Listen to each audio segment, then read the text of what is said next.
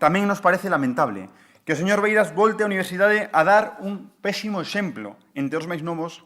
propinando insultos a Feijóo como mamarracho, non es nadie ou narcopresidente. Na súa tarefa de adoctrinar, que é a súa única tarefa que asume este señor para facer política, o que non pode ser é que volva á universidade a trasladar ao subconsciente dos máis novos a política do puñetazo, a política do zapatazo, a política violenta que propina a súa formación, invitando a transgresión na rúa contra un goberno elixido democráticamente polo conxunto dos galegos.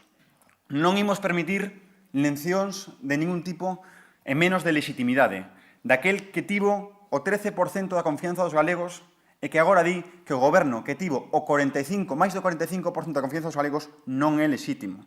Señores como Beiras sobran na universidade e señores como Beiras sobran tamén porque lle fan un flaco favor no Parlamento de Galicia. A fin de contas, é evidente que este señor estáse a ganar a pulso pasar a historia única e exclusivamente por un puñetazo e un zapatazo. E o triste é que entre os moitos dos votantes que tivo este señor o pasado 21 de outubro hai xente nova que non se está a trasladar unha mensaxe errada e errática, que é o de que todo vale.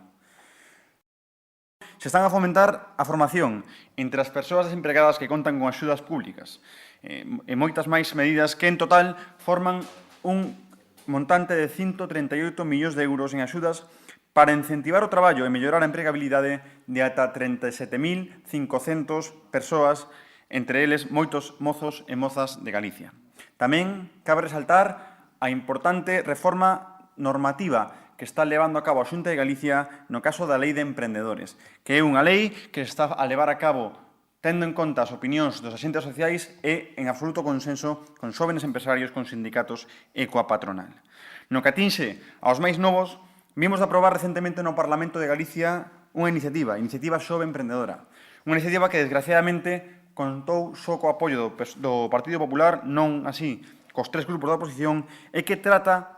exclusivamente de darlle recursos aos mozos e mozas para que asuman responsabilidades e para que poidan estimular o seu talento, poñendo en práctica ideas relacionadas con emprendemento e a empregabilidade e responsabilizarse desta maneira cos resultados acadados.